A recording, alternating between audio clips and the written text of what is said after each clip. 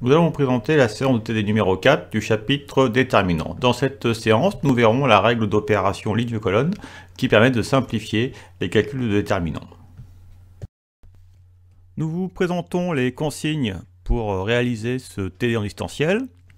Alors, vous devrez mettre en pause régulièrement la vidéo pour vous donner le temps de prendre note des rappels, des exemples et des plans de rédaction des exercices. Afin d'être acteur de ce TD, vous pourrez aussi mettre en pause pour vous donner le temps de compléter les trous des plans de rédaction. Et ensuite, vous pourrez relancer la vidéo pour comparer avec la correction. Et s'il s'avère que vous avez fait des erreurs, eh bien, vous les corrigez à l'aide de la correction présentée. Et à la fin de la vidéo, vous devez disposer du TD rédigé sur papier. Ce qui fait qu'ensuite, si vous voulez revoir ce TD, eh bien, vous pourrez consulter vos notes papier. Nous commençons par rappeler la notion de combinaison linéaire, que nous noterons en abrégé CL. On appelle combinaison linéaire de n objets, x1, x2 jusqu'à xn. Alors les n objets, ça peut être des matrices, des vecteurs, des fonctions.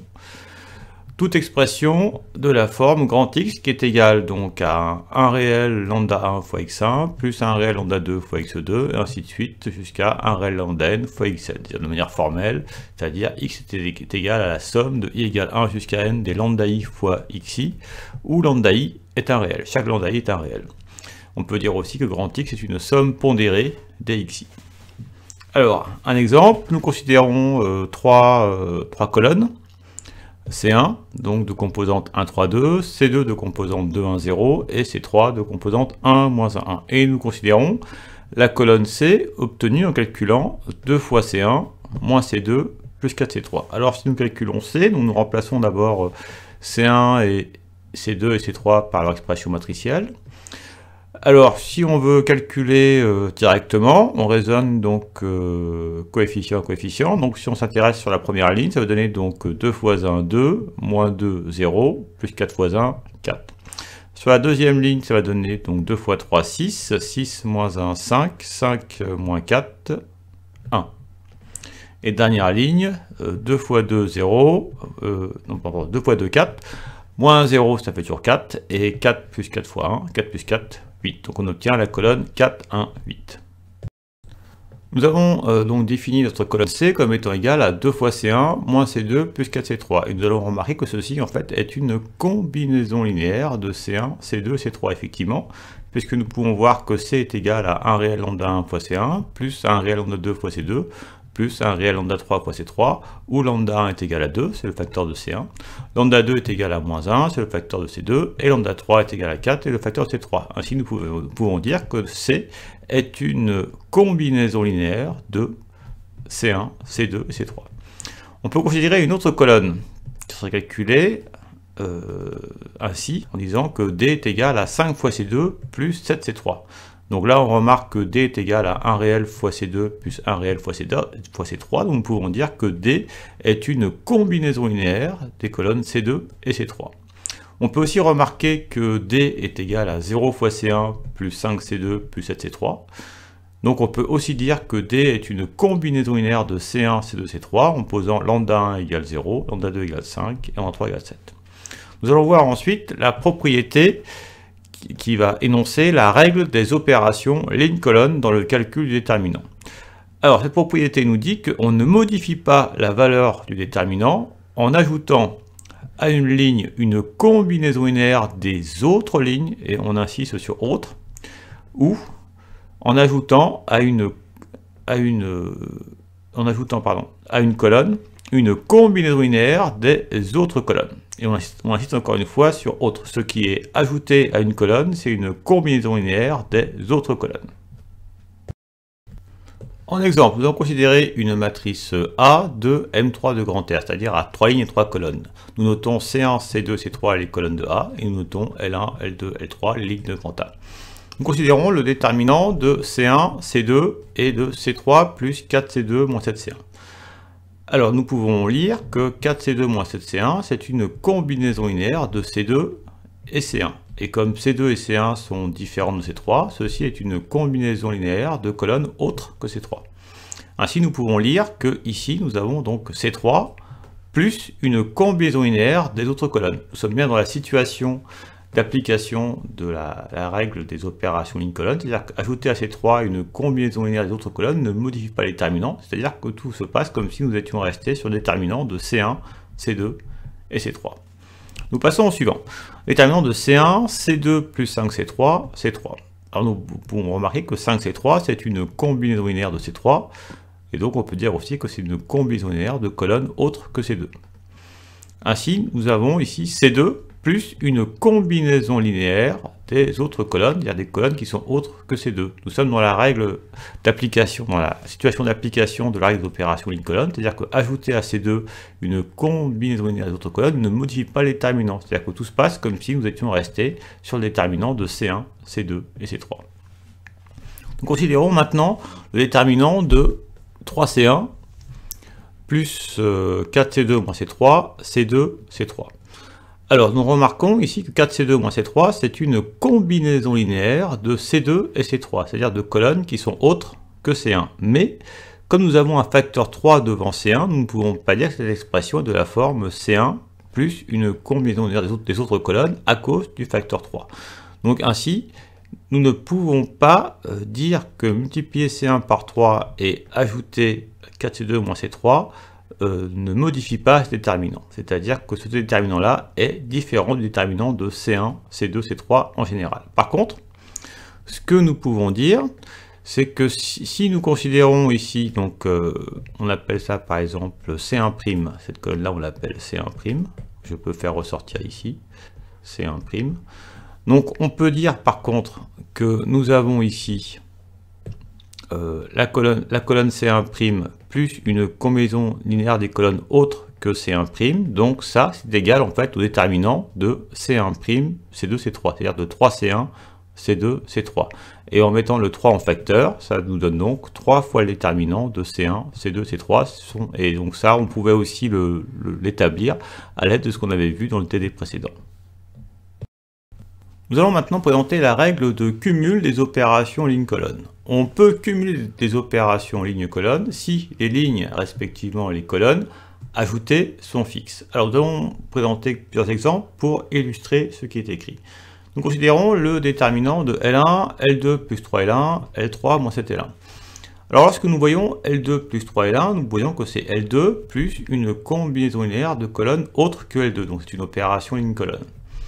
Ici, nous avons L3, donc plus une combinaison linéaire de lignes autres que L3. Donc, c'est encore une fois, nous sommes dans le cadre de la règle d'opération ligne-colonne. Donc, ici, en fait, nous cumulons deux opérations ligne-colonne. Et nous remarquons qu'à chaque fois, ce qui est ajouté, c'est une combinaison linéaire de L1, c'est un facteur fois L1, mais que la ligne L1, elle reste fixe. C'est-à-dire qu'on ne modifie pas la ligne L1, et par contre, on l'ajoute aux autres lignes. Donc nous sommes dans la situation où les lignes qui sont ajoutées restent fixes. Donc on peut cumuler ces opérations, c'est-à-dire que réaliser ces opérations ligne-colonne ne modifie pas le déterminant initial. C'est-à-dire que ce déterminant est égal au déterminant de L1, L2, L3, parce que ajouter à L2 3L1 et ajouter en même temps à L3 moins 7L1 ne modifie pas le déterminant d'après la règle du cumul des opérations ligne-colonne. Alors considérons maintenant le déterminant de L1, L2 plus 5L3 et L3 moins 4L2. Alors ici, encore une fois, nous cumulons deux opérations ligne-colonne, parce que si nous calculons L2 plus une combinaison linéaire de lignes autres que L2, et ici L3 plus une combinaison linéaire de lignes autres que L3. Mais, donc nous remarquons que ici, nous ajoutons la ligne 2, mais que la ligne 2 est en même temps modifiée. Donc à la fois on ajoute L2 et à la fois on modifie la ligne 2. Donc nous ne sommes pas dans la situation de la règle du cumul, c'est-à-dire que ici nous ne pouvons pas dire que ce déterminant est égal au déterminant de L1, L2, L3, car nous sommes hors du cadre de la règle de cumul. Nous allons maintenant traiter l'exercice numéro 1 de la feuille de TD déterminant 3. Nous repréciserons dans cet exercice l'énoncé de l'exercice. Alors la question 1, nous considérons la matrice A, donc 3 lignes et 3 colonnes, qui a pour colonne donc C1, C2 et C3, et pour ligne L1, L2 et L3. À la question numéro 1, on va calculer les déterminants de grand A, mais en cherchant à annuler le coefficient A13, donc première ligne, troisième colonne, c'est-à-dire le moins 2, et le coefficient A33, troisième ligne, troisième colonne, c'est-à-dire le coefficient 4. On va chercher à annuler ce coefficient moins 2 et ce coefficient 4 à l'aide de la ligne 2. C'est-à-dire qu'on va essayer de calculer L1 plus quelque chose fois L2 de sorte que le moins 2 disparaisse, et de calculer donc L3 plus quelque chose fois L2 de sorte que le 4 disparaisse. Alors ce qui va être naturel, ça va effectivement de faire calculer par exemple L1 plus 2L2, ça fera moins 2 plus 2, 0, de calculer donc L3 moins 4L2, si je calcule L3 moins 4L2, ça fera 4 moins 4, 0. Et donc ainsi je vais obtenir donc je vais faire apparaître donc la matrice obtenue en calculant ces opérations ligne-colonne. Donc ici je pourrais réaliser ces opérations ligne-colonne puisque je remarque qu'à chaque fois j'ajoute la ligne L2 et que la ligne L2 reste fixe, donc je serai dans le cadre d'un cumul d'opérations ligne-colonne. C'est-à-dire qu'en opérant ces opérations ligne-colonne cumulées, je ne modifie pas les déterminants initiaux. Ça restera le déterminant de L1, L2, L3, c'est-à-dire le déterminant de A. Donc l'intérêt, c'est de faire ceci fera apparaître des zéros. Donc je pourrais choisir la troisième colonne, développer sur la troisième colonne, et j'arriverai très rapidement au terme de grand A qui sera égal à 26. Donc vous pouvez mettre la vidéo en pause pour, si vous voulez, essayer de compléter les blancs, puis la relancer pour comparer ma rédaction. Nous avons dit que nous voulons annuler le coefficient A13 qui est égal à moins 2 et le coefficient A33 qui est égal à 4 à l'aide du coefficient 1 de la ligne L2. Nous avions donc dit que nous allions calculer L1 plus 2L2 pour annuler moins 2 et calculer L3 moins 4L2 pour annuler 4. Alors si nous calculons la ligne L'1 qui est égale à L1 plus 2L2, donc à chaque fois je vais faire le coefficient de L1 plus 2 fois le coefficient de L2, donc là ça va faire 3 plus 10, 13. Le coefficient de L1 plus 2 fois le coefficient de L2, 2 fois 6, 2 plus 6, pardon, 8. Le coefficient de L1 plus 2 fois le coefficient de L2, moins 2 plus 2, 0. Ensuite, L'2 égale L2, donc L2 reste identique, je recopie la ligne 2. Et ensuite, L'3 égale L3 moins 4L2, donc je fais à chaque fois le coefficient de L3 moins 4 fois le coefficient de L2. Et j'écris ce que j'obtiens, et je passe au suivant, je fais pareil. Donc si ce n'est pas fait, vous pouvez prendre le temps de le faire en mettant la vidéo en pause. Après ça, nous développerons les déterminants selon la troisième colonne et nous arriverons rapidement à établir que le déterminant de A est égal à 26. Si ce n'est pas fait, vous mettez la vidéo en pause et après ça, vous relancez pour comparer avec ma rédaction. Nous calculons la troisième ligne L'3. Chaque fois, nous calculons donc coefficient de L3 moins 4 fois coefficient de L2. Donc, coefficient de L3, 7 moins 4 fois coefficient de L2, donc 7 moins 20, moins 13. Ensuite, coefficient de L3, 2, moins 4 fois coefficient de L2, moins 4 fois 3, donc 2 moins 12, moins 10. Et coefficient de L3, moins 4 fois le coefficient de L2, moins 4 fois 1, 4, ce qui nous fait 4 moins 4, 0. Nous développons selon la troisième colonne, puisque c'est la colonne où il y a le plus de 0. Donc l'intérêt d'avoir annulé les coefficients moins 2 et 4 a permis de faire apparaître une colonne où nous avons 2 zéros. Alors, nous développons selon cette colonne numéro 3. Nous avons juste à développer le coefficient 1, puisque les autres coefficients sont nuls. Ça nous fait donc que moins 1 fois le déterminant obtenu en retirant la ligne et la colonne passant par ce coefficient. Ça nous fait donc 13, 8, moins 13, 10. 13, 8, moins 13, 10. Alors, 13 fois moins 10, moins 130, et 8 fois moins 13, moins 104, donc moins 104, plus 104, et moins 130, plus 104, moins 26, moins 26, obtenons 26. Ainsi, le déterminant de A est égal à 26. Alors, à la question numéro 1b, nous allons procéder de même, nous allons chercher à faire apparaître des zéros dans la matrice à l'aide d'opérations ligne-colonne. Alors, nous allons chercher à annuler le coefficient 2,1. Donc A de 1, donc deuxième ligne, première colonne, c'est le coefficient 5. Et le coefficient A de 2, deuxième ligne, deuxième colonne, c'est le coefficient 3, à l'aide de ces 3. C'est-à-dire que ces 3, c'est cette colonne-là. En multipliant ce 1 par une bonne valeur, nous allons chercher à annuler le 5 et puis à annuler le 3. Donc pour annuler le 5, nous calculerons C1 moins quelque chose fois C3. Donc si nous voulons annuler le 5, on voit qu'on pourrait faire 5 moins 5 fois C3. C'est-à-dire on pourrait faire donc, pardon, C1 moins 5 fois C3, puisque nous ferions 5 moins 5 fois 1. Et ensuite, pour annuler le 3, à l'aide du 1, on pourrait faire 3 moins 3 fois 1, c'est-à-dire qu'on ferait C2 moins 3 fois C3. C2 moins 3 fois C3. Et après ça, on pourra calculer donc les différentes colonnes, puis on calculera les déterminants. Donc vous pouvez mettre la vidéo en pause pour faire ce calcul, puis relancer la vidéo pour comparer ma rédaction. À la question 1b, nous avons dit que le but c'est d'annuler donc le 5 et le 3 à l'aide du 1 de la colonne C3. Donc pour annuler le 5, on a dit qu'on calculait C1 moins 5C3. Et pour annuler le 3, on disait qu'on calculait C2 moins 3C3. Alors, si on calcule d'abord C1 moins 5C3, donc on fait coefficient de C1 moins 5 fois coefficient de C3. Alors allons-y, coefficient de C1, donc moins 5 fois coefficient de C3, ça fait 3 plus 10, 13. Ensuite, coefficient de C1 moins 5 fois coefficient de C3, ça fait 5 moins 5, 0. Ensuite, coefficient de C1, 7 moins 5 fois le coefficient de C3, 4. 7 moins 4, moins 13. Calculons ensuite C'2, C2 moins 3C3, donc coefficient de C2 moins 3 fois coefficient de C3. Coefficient de C2, 2, moins 3 fois coefficient de C3, moins 2, donc moins 3 fois moins 2, plus 6 plus 2, 8. Ensuite, deuxième coefficient, donc 3 moins 3 fois, coefficient de C2, 3 moins 3 fois le coefficient de C3, donc 1, 3 moins 3, 0. Et ensuite, coefficient de C2, 2, moins 3 fois le coefficient de C3, donc 2 moins 12, moins 10. Et nous recopions ces 3 identiques. Alors nous remarquons que le fait d'avoir annulé le 5 et le 3 a permis de faire apparaître des zéros dans cette ligne, et ainsi d'avoir un déterminant facile à calculer si nous développons sur la ligne 2. C'est ce que nous allons faire.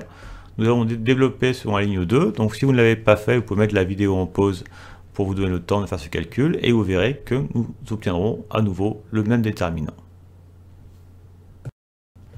Alors si nous effectuons ce calcul, nous n'avons seulement qu'à développer selon le coefficient 1, c'est-à-dire le moins de la grille des signes, ça fait donc moins 1, nous écrivons moins 1, nous retirons la ligne et la colonne passant par ce coefficient, nous obtenons 13, 8, moins 13, moins 10. 13, 8, moins 13, moins 10.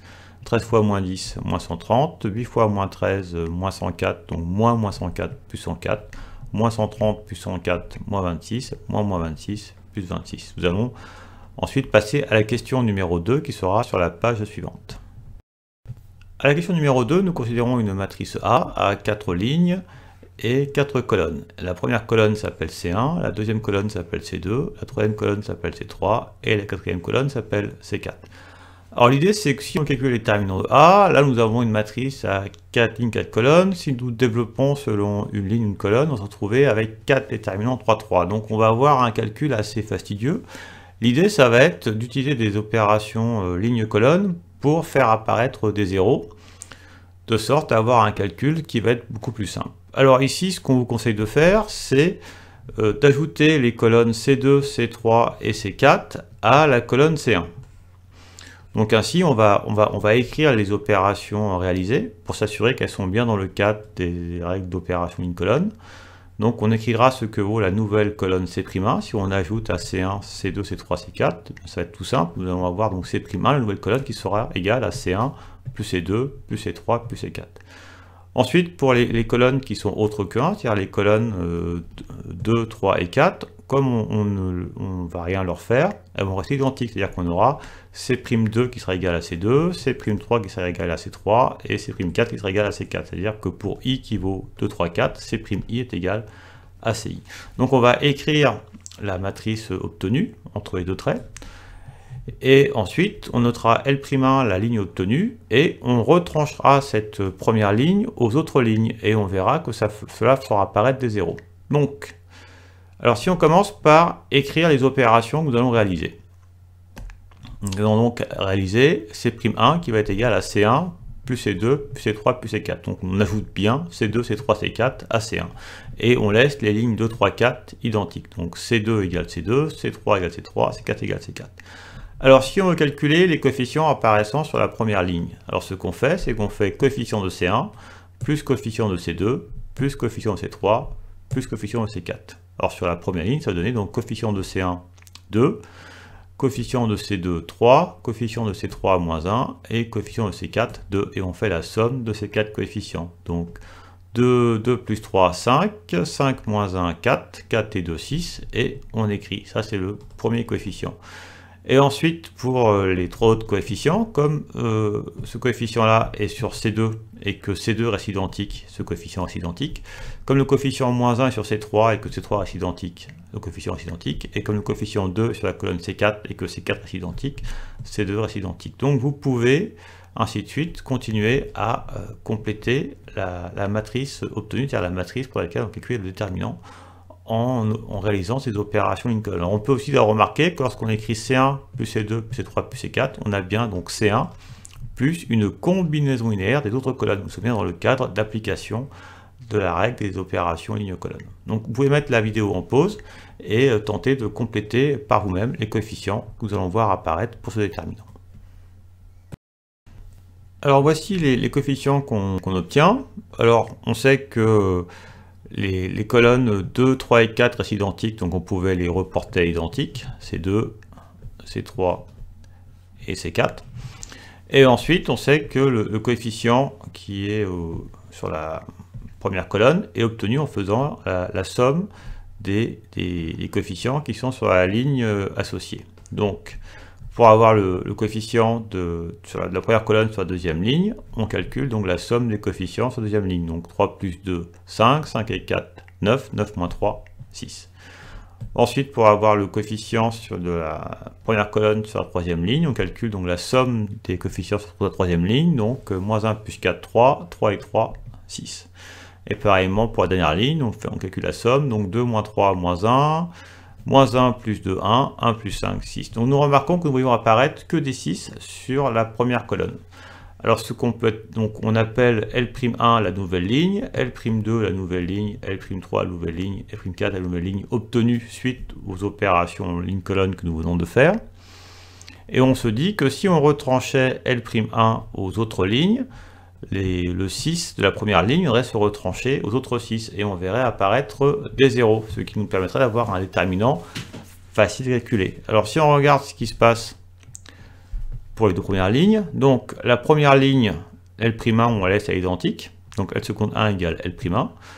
Ensuite la deuxième ligne, donc on va retrancher à L'2 la ligne L'1, donc on écrit L'2 moins L'1 et on va calculer cette ligne donc en retranchant chaque fois au coefficient de L'2 on retire le coefficient de L'1, donc 6 moins 6, 0, 2 moins 3, moins 1, 4 moins 1, 5 et moins 3 moins 2, moins 5. Et ensuite, on continue comme ça. Pour avoir la nouvelle troisième ligne, la seconde 3 sera donc L'3 moins L'1. Nous avons écrit L'3 moins L'1. Donc, à chaque fois, on calculera donc coefficient de L'3 moins coefficient de L'1 et on écrit les coefficients obtenus.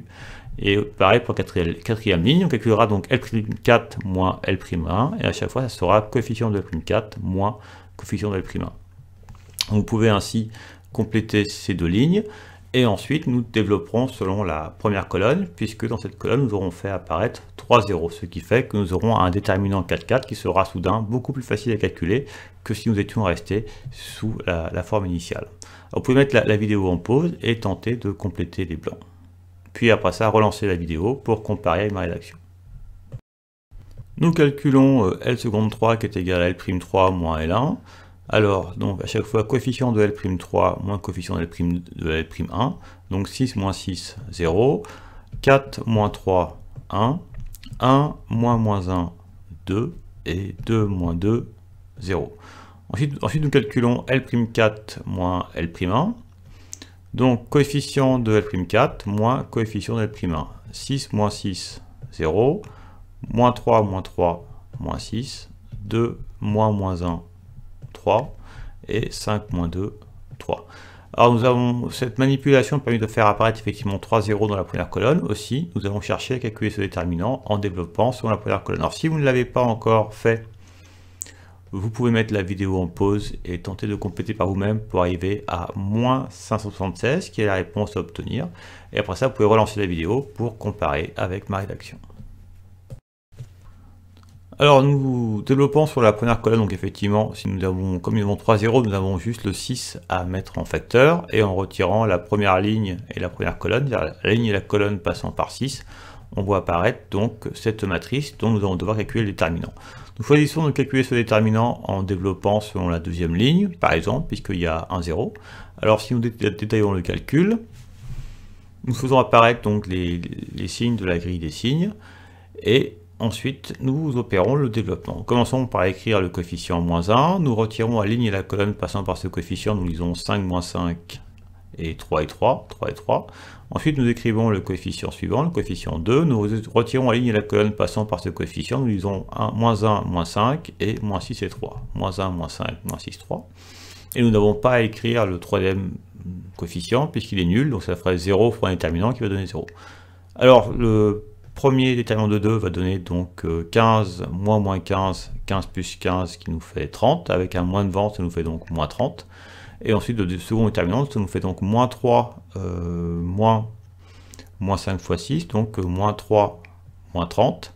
Et moins 3, moins 30 nous donne moins 33, et x 2, moins 66. Ce qui nous donne donc 6 fois moins 96, et 6 fois moins 96 nous donne moins 576. Ainsi, le déterminant de grand A est égal à moins 576, et en réalisant des opérations ligne-colonne qui ont fait apparaître des zéros, nous avons pu avoir un calcul de ce déterminant qui a été beaucoup plus rapide que si nous avions développé directement selon une ligne ou une colonne. Nous allons vous présenter les formules de Cramer, qui sont les formules qui donnent en fait directement les solutions d'un système d'équations linéaires sans passer par la méthode du pivot de Gauss, mais en utilisant le déterminant. On considère un système linéaire à n inconnus et n équations se mettant sous la forme grand A fois grand X égale grand Y, où A est une matrice à n lignes et n colonnes, et les colonnes sont notées C1, C2 jusqu'à Cn. Grand Y est la colonne du second membre, et grand X est la colonne des inconnus, X1, X2 jusqu'à Xn. Alors, propriété. Alors, le déterminant a une propriété particulière qui est un indicateur pour savoir si un système à n équations et n inconnus admet ou pas une X solution. Et la condition est déterminant de A différent de 0.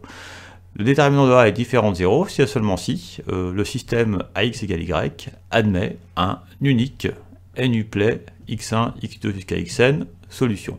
Alors n-uplet, donc il faut savoir que si n égale 2, un 2-uplet c'est un couple, si n égale 3, un 3-uplet c'est un triplet, si n égale 4, un 4-uplet c'est un quadruplet, si n égale 5, un 5-uplet c'est un quintuplet, et ainsi de suite.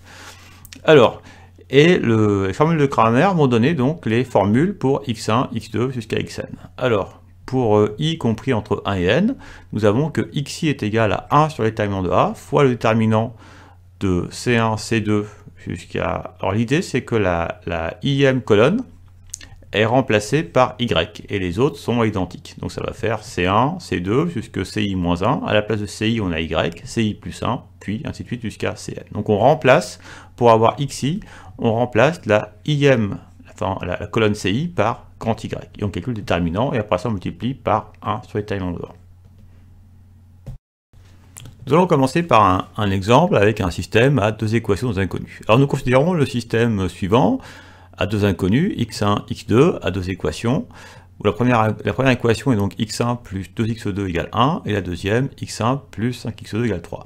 Alors ce système, nous allons le mettre sous la forme d'une égalité matricielle, où le premier membre est en fait un produit matriciel de la forme grand A fois grand X, où A sera une matrice de 2, grand X sera la colonne des inconnus, et grand Y sera la colonne du second membre. Donc vous pouvez chercher à déterminer les coefficients de la matrice grand A. Une fois que qu'on aura grand A, on calculera son déterminant pour vérifier qu'il est différent de 0 et pouvoir établir que le système admet une unique solution. Et après ça, nous calculerons alors x1 et x2 à l'aide des formules de Cramer. Alors vous pouvez mettre la vidéo en pause pour vous donner le temps de compléter les blancs, puis vous pourrez la relancer pour comparer avec ma rédaction. Alors nous savons que pour obtenir la matrice A, nous lisons en fait ligne à ligne les coefficients des inconnus. Donc ici nous lisons 1 et 2, nous écrivons 1 et 2. Deuxième ligne, nous lisons 1 et 5, nous écrivons 1 et 5. Ensuite, nous écrivons la colonne des inconnus. Nous pouvons vérifier que ce que nous écrivons est juste, parce que si je fais la première ligne fois la colonne, ça va faire 1 fois x1 plus 2 fois x2, ça va bien donner x1 plus 2x2. Si je fais la deuxième ligne fois la colonne, ça va donner 1 fois x1 plus 5x2, ça va bien donner x1 plus 5x2. Et ensuite, j'écris la colonne du second membre. Alors, cette matrice, je vais l'appeler grand A. La colonne des inconnus, je l'appelle grand X, et la colonne du second membre, je l'appelle grand Y. Ainsi, j'obtiens l'équation grand A fois grand X égale Y. Je note C1 la première colonne de A, et C2 la deuxième colonne de A. Alors ensuite, je calcule le déterminant pour savoir si j'ai bien une unique solution. Alors je calcule le déterminant de la matrice 1, 2, 1, 5, ça me fait donc 5 moins 2 qui est égal à 3, et 3 étant différent de 0, j'en déduis que le système admet un unique hors couple, puisque comme là il n'y a que deux inconnus, c'est donc un 2 uplet, et un 2 uplet c'est un couple, un unique couple x1, x2, solution, donnée par, alors j'écris d'abord la formule de x1, je calcule x1, et après ça je donnerai la formule de x2, je calculerai x2. Alors x1, donc j'écris 1 sur le déterminant de A, et je vais remplacer donc la première colonne par Y. Et ensuite j'écris la deuxième colonne, donc ça fera donc déterminant de YC2. Donc ça me fait déterminant de A valant 3, ça fait donc 1 tiers. Ensuite j'écris la colonne Y c'est bien 1 3. Et j'écris ensuite la colonne C2, la deuxième colonne de A, qui est bien égale à 2 5. Je calcule le déterminant, ça fait donc 1 tiers fois donc 5 moins 6, qui me donne moins 1. Donc j'obtiens X1 qui est égal à moins 1 tiers. Nous allons ensuite calculer x2. Alors nous rappelons les données, la matrice grand A a pour colonne C1 la colonne 1, 1 et pour colonne C2 la colonne 2, 5, et la colonne Y du second membre c'est la colonne 1, 3. Alors nous écrivons que x2 c'est 1 sur le déterminant de A, déterminant de C1, et on va remplacer la deuxième colonne, puisque nous sommes sur la deuxième inconnue, la deuxième colonne par Y. Et à ce moment-là nous remplacerons C1 par son expression, Y par son expression, calculerons le déterminant. Et avec le facteur 1 sur le déterminant de A, en facteur du déterminant, nous obtiendrons donc que x2 est égal à 2 tiers, et nous pourrons alors conclure sur l'ensemble des solutions. Donc si vous n'avez pas traité ceci, vous pouvez mettre la vidéo en pause pour donner le temps de compléter les plans, puis vous la relancez pour comparer avec ma rédaction. Nous disons donc que x2 c'est 1 sur le déterminant de A fois le déterminant de C1y. Nous remplaçons C1 par son expression, c'est-à-dire la colonne 1, 1. Nous remplaçons Y par son expression, c'est-à-dire la colonne 1, 3. Nous calculons le déterminant, donc 1 fois 3, 3, moins 1 fois 1, donc 3 moins 1, 3 moins 1 ça vaut 2, et 2 fois 1 tiers, donc 2 tiers. Nous avons établi que x1 est égal à moins 1 tiers, x2 égale 2 tiers, donc nous avons établi que l'ensemble des solutions est l'ensemble contenant le couple de composantes moins 1 tiers, 2 tiers. Nous avons résolu le système. Nous proposons l'exercice suivant, qui va consister à résoudre à l'aide des formules de Cramer un système donc à 3 équations et 3 inconnus, x1, x2, x3. Donc vous écrirez ce système sous la forme d'une équation matricielle en faisant apparaître un produit sur le premier membre. Vous nommerez donc les différentes matrices et colonnes apparaissant donc à grand A fois grand X égale Y, avec grand A donc qui est la matrice, grand X qui va être la colonne des inconnus, et grand Y la colonne du second membre. Ensuite, vous calculez les déterminants de grand A pour vous assurer qu'il est bien différent de 0, de façon à pouvoir affirmer qu'il y aura bien un unique n-uplet solution. Voilà, donc vous pouvez mettre la vidéo en pause pour donner le temps de compléter ces blancs, puis vous pourrez relancer pour comparer avec ma rédaction. Alors pour obtenir la matrice qui multiplie la colonne des inconnus, nous lisons les coefficients par équation. En première équation, nous lisons en coefficient 2, 1, 1, nous reportons 2, 1, 1. Deuxième équation, nous lisons les coefficients 1, 2, 1, nous reportons 1, 2, 1. Troisième équation, nous lisons les coefficients 1, 1, 2, nous reportons 1, 1, 2. Et si effectivement nous effectuons le produit de la première ligne par la colonne, ça fera donc 2x1 plus 1 fois x1 plus x3, ça donnera bien 2x1 plus x2 plus x3, et ainsi de suite. En effectuant la deuxième ligne fois la colonne, on obtiendra donc l'expression du premier membre de la deuxième équation, et en effectuant le produit de la troisième ligne fois la colonne, nous obtiendrons donc l'expression du premier membre de la troisième équation. Et donc nous voyons apparaître la colonne des inconnus et la colonne du second membre. Alors nous appelons donc grand A cette matrice, grand X la colonne des inconnus, et grand Y la colonne du second membre. Alors nous nommons C1 la première colonne de A, C2 la deuxième colonne de A, et C3 la troisième colonne de A.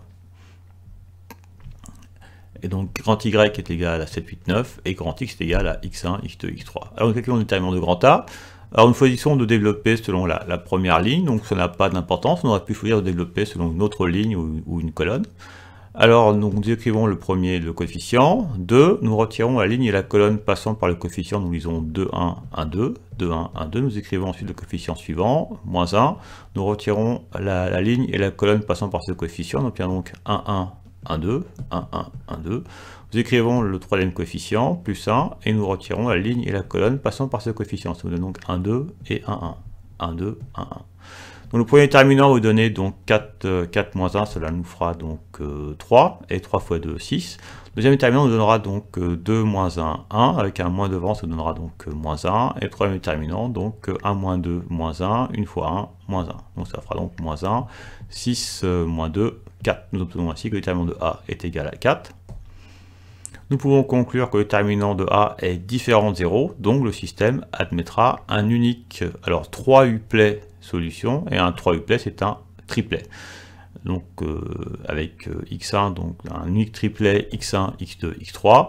L'expression, la valeur de x1 est donnée à l'aide de la formule de Cramer, et de même pour x2, x3. Donc vous pouvez exprimer l'expression, la formule de Cramer pour x1, pour la première inconnue, et calculer alors combien vaut x1 en complétant les blancs. Vous pouvez mettre la vidéo en pause pour donner le temps de compléter ces blancs, puis vous pourrez la relancer pour comparer avec ma rédaction. Nous avons établi que le déterminant de A étant différent de 0, le système admet un unique triplet x1, x2, x3 solution. Alors nous allons calculer chacune des composantes de ce triplet.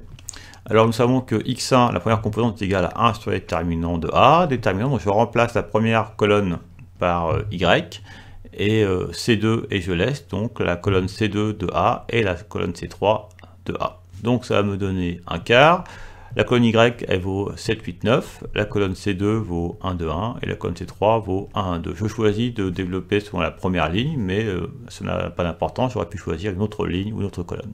Alors le premier coefficient c'est 7, je retire la ligne et la colonne passant par 7, j'obtiens le déterminant de la matrice 2, 1, 1, 2, 2, 1, 1, 2.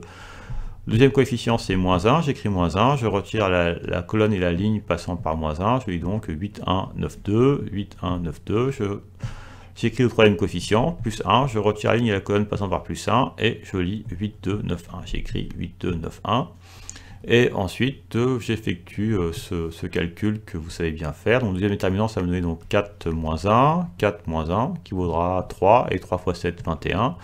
Deuxième déterminant, ça va faire 8 fois 2, 16, moins 9, et 16 moins 9, ça va donner 7, avec moins devant, ça donnera donc moins 7. Et le troisième déterminant, 8 fois 1, 8, moins 18, ça va donc me donner moins 10. Donc ainsi avoir un quart fois 21 moins 7 moins 10, ça fait donc 21 moins 17, ça fait donc 4, et 4 fois un quart, ça fait 1. Je trouve donc que x1 est égal à 1. Ensuite, nous allons calculer x2 à l'aide de la formule de Cramer associée à la deuxième composante. Donc pour ça, nous remplacerons la deuxième colonne par y. Nous écrirons le déterminant obtenu que nous calculerons. Et en appliquant la méthode du développement selon, par exemple, la première ligne, nous arriverons rapidement à établir que x2 est égal à 2. Et après ça, nous nous attaquerons au calcul de x3 en écrivant la formule de Cramer relative à la troisième composante. Alors si vous ne l'avez pas fait, vous pouvez mettre la vidéo en pause et tenter de compléter les blancs par vous-même, puis relancer la vidéo pour comparer avec ma rédaction. Pour calculer x2, nous écrivons 1 sur le déterminant de A, déterminant de C1, on remplace C2 par Y, C3.